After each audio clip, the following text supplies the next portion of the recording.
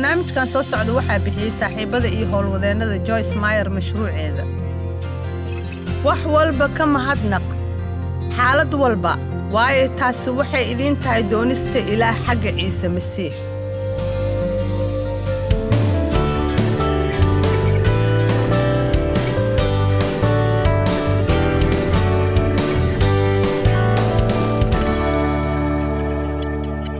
meeqa idinka mida oo tukata? meeqa jecel in ducadooda la aqbalo? waxaan idinkala hadli doonaa wax yar sida erayadan ku hadlayno kolkaanan tukanaynin. waad ogtihiin waxaan ka hadlay.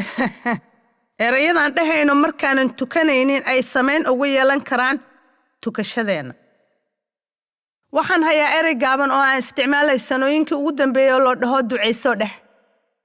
ha ku ducaysan in cunugaaga badbaado kadibna markaa la qadaynayso walaal suusi sidaad ugu baaqdid inuu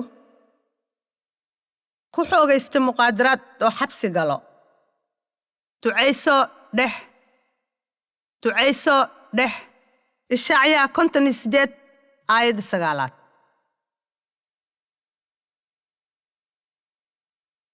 fiiri haddii aad maqasheen laga yaabee qaarkiin oo maqlay waxaan wakhti hore taasoo aan caawa idin bari doono waxaad dhihi lahayd uma baahni taas ma aadaayo.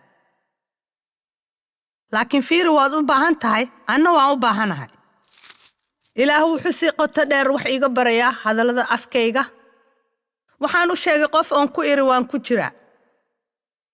waddo dheer ayaan soo maray, laakiin uma dhammaystirni tan. dadka hadalka badanna ma aha.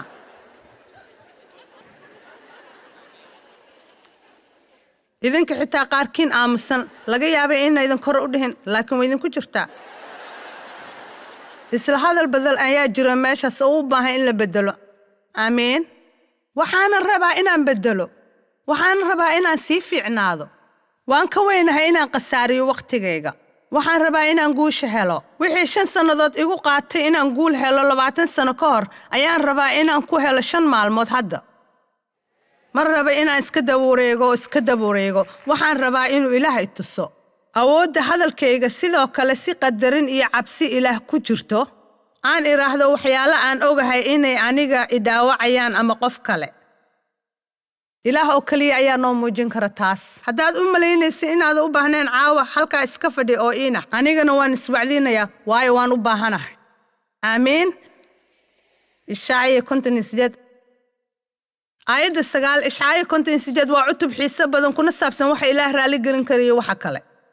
laakiin hadalladan qaaska ah ee aqbalidda ducada iyo hadallada afka markaasaad wici doontaa oo rabbiguna wuu ku jawaabi doonaa.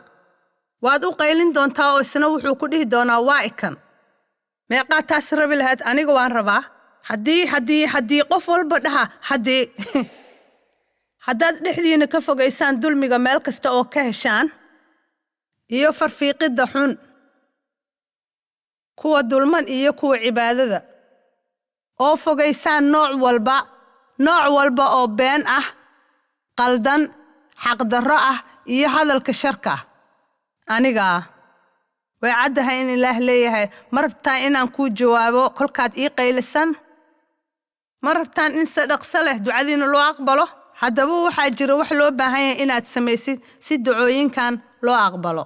waxaan ka hadlay sida Novembartii hore ama December. waxaan rabay inaan tukado wax badan. taas ma aha inaan jilba joogsado wax badan. saacado badan maalintii macnaheedu waa inaan ka tukado wax kasta markiiba. feejigan oo tukanaya oo wax arkaya isla markaana tukanaya. nooc walba oo tukasho ah, mahadnaqid, ammaan. waa og tahay codsi u ducaynaya dadka kale. waxaan rabaa in ducooyinkan la aqbalo. ma rabo inaan wakhti ku lumiyo waxaan faa'iido lahayn oon miro dhalin. wakhtigaygaana dhuminaya. waxaana aaminsanahay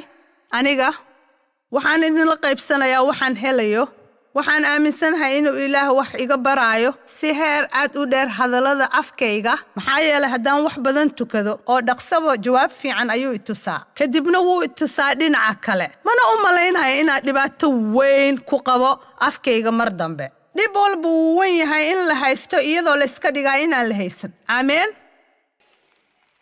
sida waxaan ka hadlaynaa caawa si farsamaysan waxaad ku samayn lahayd afkaaga iyo waxaadan ku samayn lahayn afkaaga. waxaan ku hormaraynaa waxaan la samaynayn. waxa ugu horeeya oo aan ilaah weydiino inuuna garansiiyo waqtigaan samayno taasi waa meeshaan ka bilaabaynay ilaah waqti kasta oon samayno waxaan igaransii haddii aad igaransiisid igana caawisid waan joojin ma samayn karo ilaah oo i caawin laakiin runtii haddii uuna wargeliyo oo nimcadiisana siiyo waxaan rabnaa doonistiisa siday u joojiso tan ugu horraysa waa inaad joojisaa calaacalka gunuunaca qalad raadinta iyo cabashada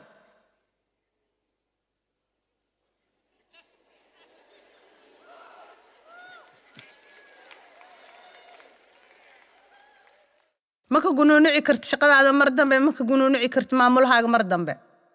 maka gunuunici karti gaarigaaga duqa ah gurigaaga yar ee dildilaacay ama wax walba oo aadan ka helin ma og tahay ninkaas oo ah ilaahay ka bariday iyo carruurtaas aad ku ducaysatay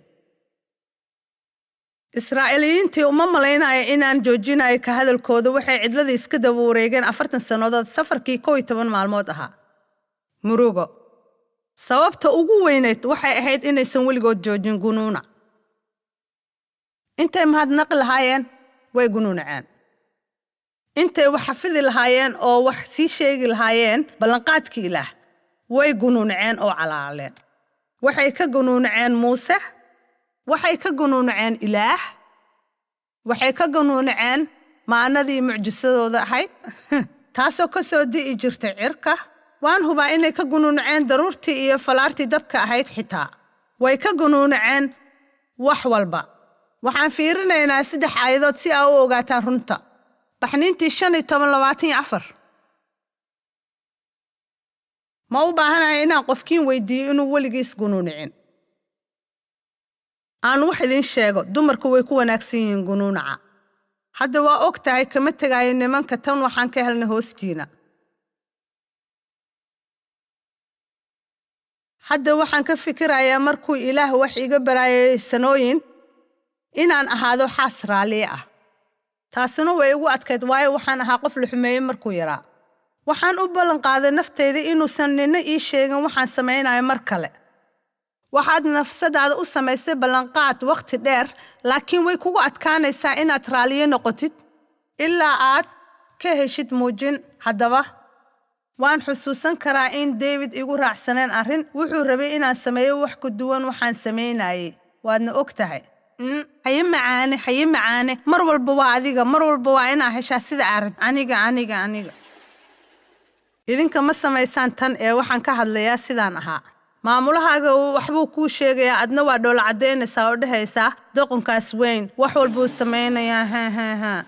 waadna ka sii daraysaa oo waxaad ka tegaysaa gunuunac oo miiska qadada ayaad la tegaysaa xan aan u sii gudbino heer sare waan sii xanaaqayaa daqiiqad walba waan ka helay cashirkayga caawa ma ogi adiga laakiin aniga waan ka helay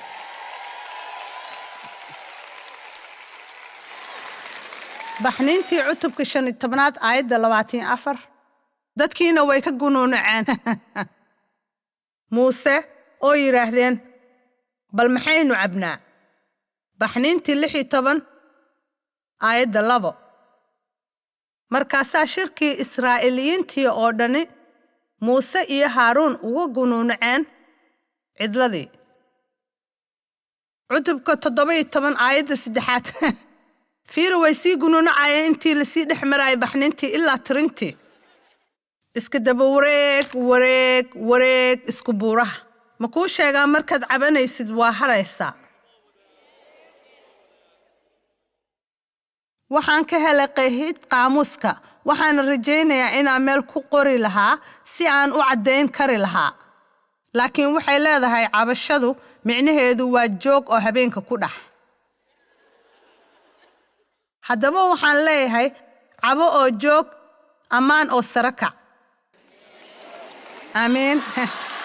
waan samayn karnaa waxay israa'iiliyiinta sameeyeen ama wuxuu ciise masiix sameeyey xitaa isku talaabta weli waan ammaani karnaa ilaah xitaa markii ay wax inoo xanuujinayaan oo aanan u dulqaadan karin weli waxaad awood u haysataa afkaaga waxaad awood u haysataa hadalkaaga qofna kuguma qasbi karo waxaadan rabin inaad dhahdo amiin waxaad halkaas iiga soo fiirinaysaa indha aad u furan Filiboy 2:14 waan jeclahay tan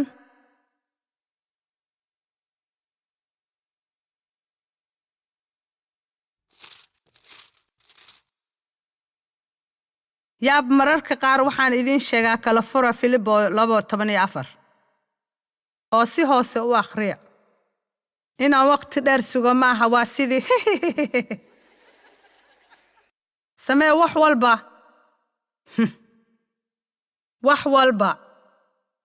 ar aniga ma calaacali karo markaan nadiifinayo guriga ma calaacali karo markaan gaariga wadaayo ma ka calaacali karo qiimaha sare ma ka calaacali karo dowladda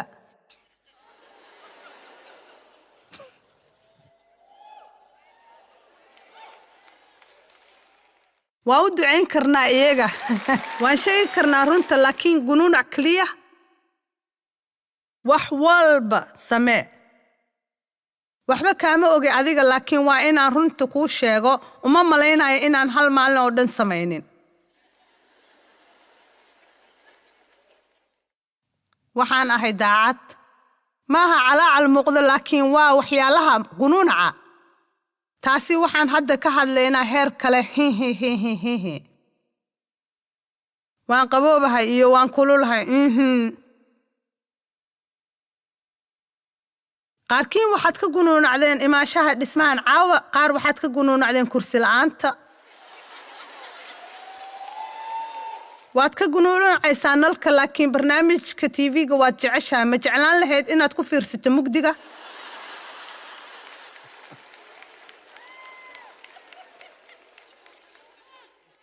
waad ogtihiin sidaanahay waxaan qabatina raaxo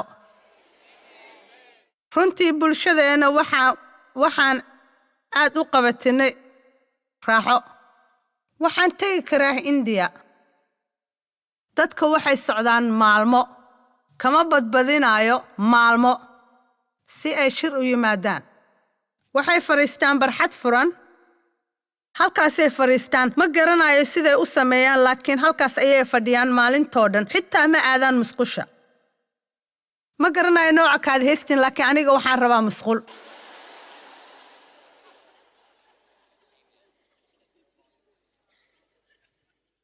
waxaan haysanaa wax badan laakiin nasiib darro laakiin waxaan ka gunuunacnaa qaybta aanan weli haysanin laakiin waa la bedeli karaa dhaqso ayaa loo bedeli karaa xaddhaaf ayaa loo bedeli karaa go'aan ayaan gaari karnaa caawa way dhammaatay xariijin ayaan ku samaynayaa carrada waad casuumi kartaa ilaahay hana casuumin haddii aadan rabin inuu qaato laakiin waad casuumi kartaa ilaahay waxaan rabaa ilaahow inaad afkayga qabsatid waxaan rabaa inaad bilowdid inaad ii sheegtid mar walba oo aan kugu xumeeyo hadalkayga ha ii ogolaan inaan dhinac maro mar dambe ma rabo inaan dhinac maro mar dambe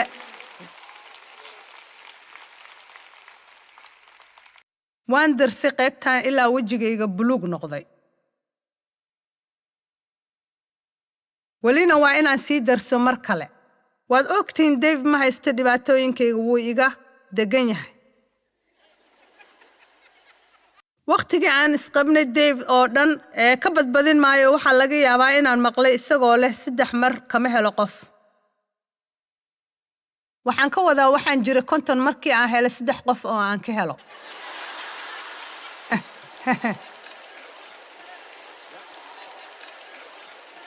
soo jiidasho kala duwan saas waad og tahay imisa ku faraxsan inaan jid dheer u soo maray si aan u awoodo waad awoodaa waxaan filayaa inaydan haysanin macallin ku fiican Bible-ka waayo anigu ma ihi taas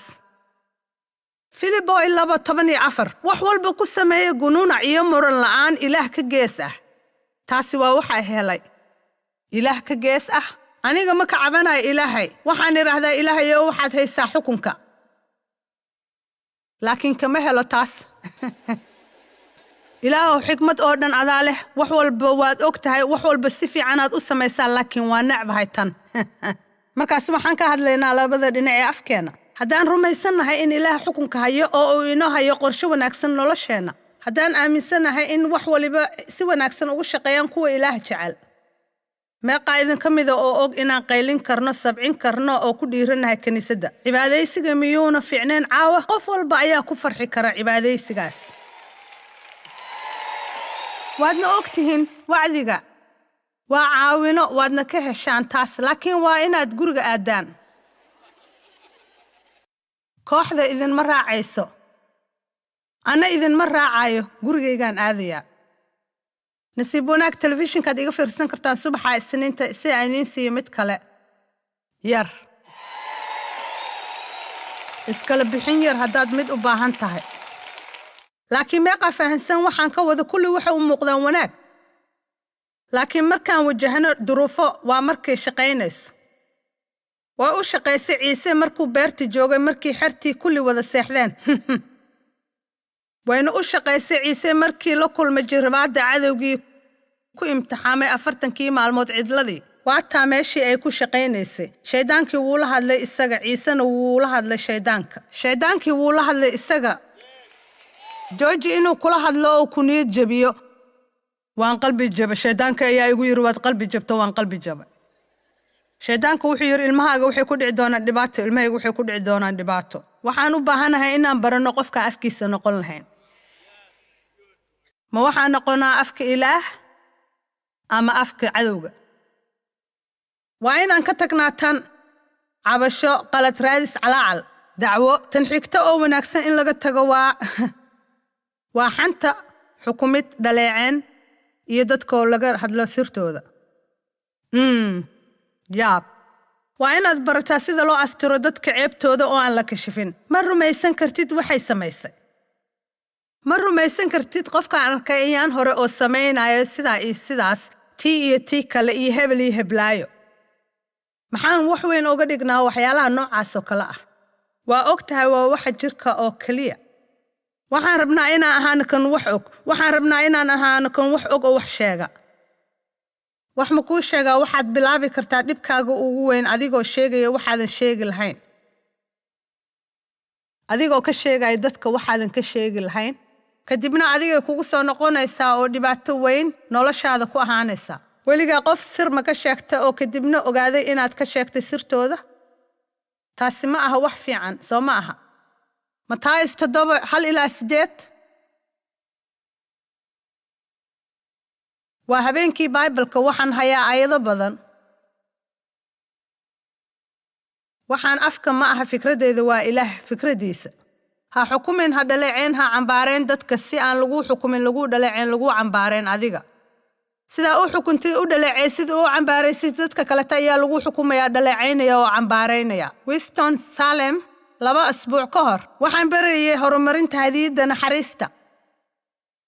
sida waafaqsan cabirkaad u isticmaashid dadka ayaa adna lagu isticmaali doonaa mar kale waad ogtihiin mid kasta 4 ama 5 eray oo walba waa fariin dhammaystiran ha xukumin habkaad u xukuntid dadka kaleeto inta naxariista dadka kale u naxariisatid intaas naxariis ayaa kuu soo noqonaysa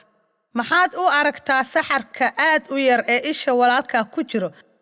laakiin aad uga fakari weyday inaad aragto dogobka aad u weyn ee ku jira ishaada maxaa isku dayaysaa inaad findhicil isha walaalka ka soo bixisid markuu kugu jiro baalaha telefoonka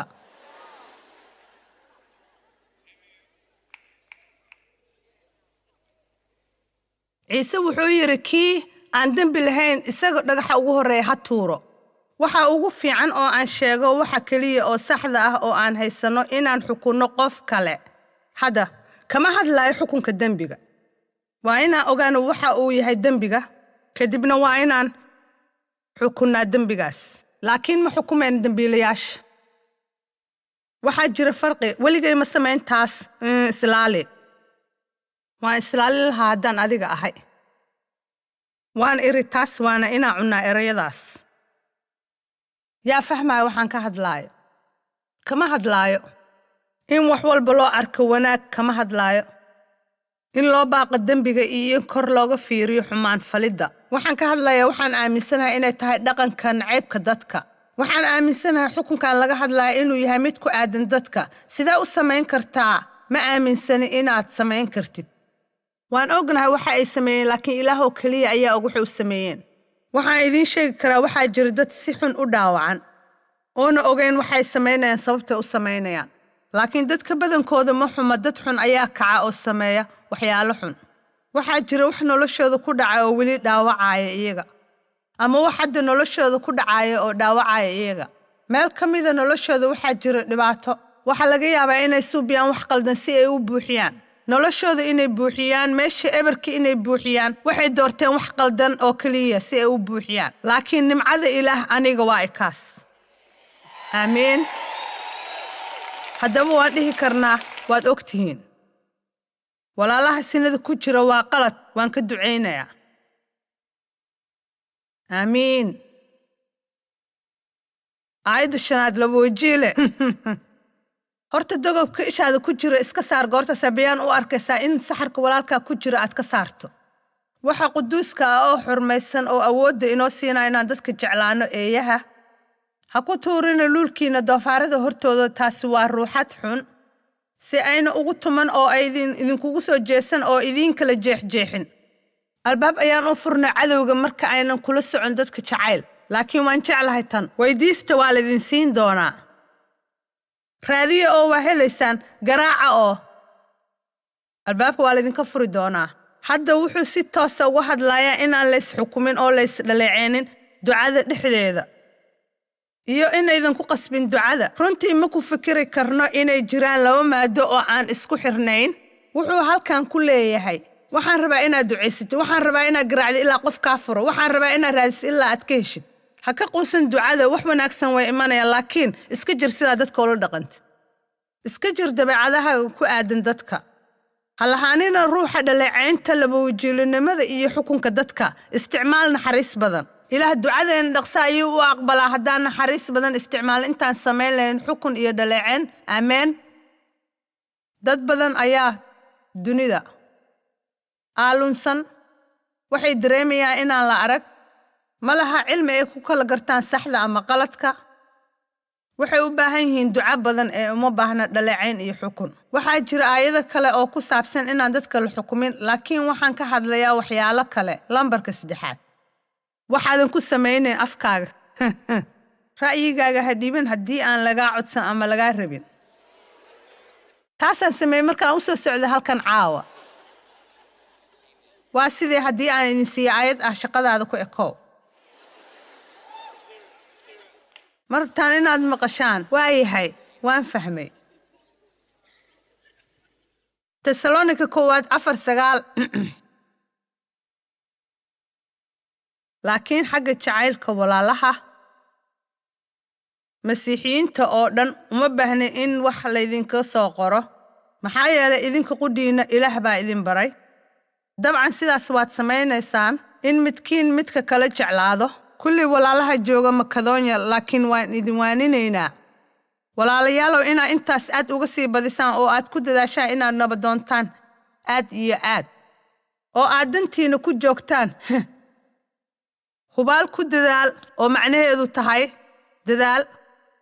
ku noolow deganaan iyo nabad oo shaqadaada ku ekow kuna shaqayso gacmahaaga sidaan idinku amarnay hadalku waa mashquul ahaw oo shaqo wanaagsan qabo shaqadaada ku ekow afkaaga xiro aamiin waad ogtihiin inteena badan wax badan baanu ka hadalnaa intaanan wax kala samayn laga yaabee inaanan ogeyn ama maskaxda aan ku hayno sida hadalkeenu muhiim u yahay waxaan ku hadalnaa gunuunac iyo cabasho iyo calaacal oo qof walba agteena joogo wuxuu dareemaa xumaan annagana waxaan dareennaa xumaan waxayna albaab shaydaanka uga furtaa nolosheena waxaan furi karnaa afkeena oo mahadnaqi karnaa waxaa jira waxyaalo badan oo ka mahadnaqi karno waxaan aaminsanahay intaasi awoodda ilaah ku sii daynaysa nolosheena afkaada waxbaad u isticmaali doontaa waxa ku wanaagsan wax faa'iido u leh adiga iyo dadka agtaada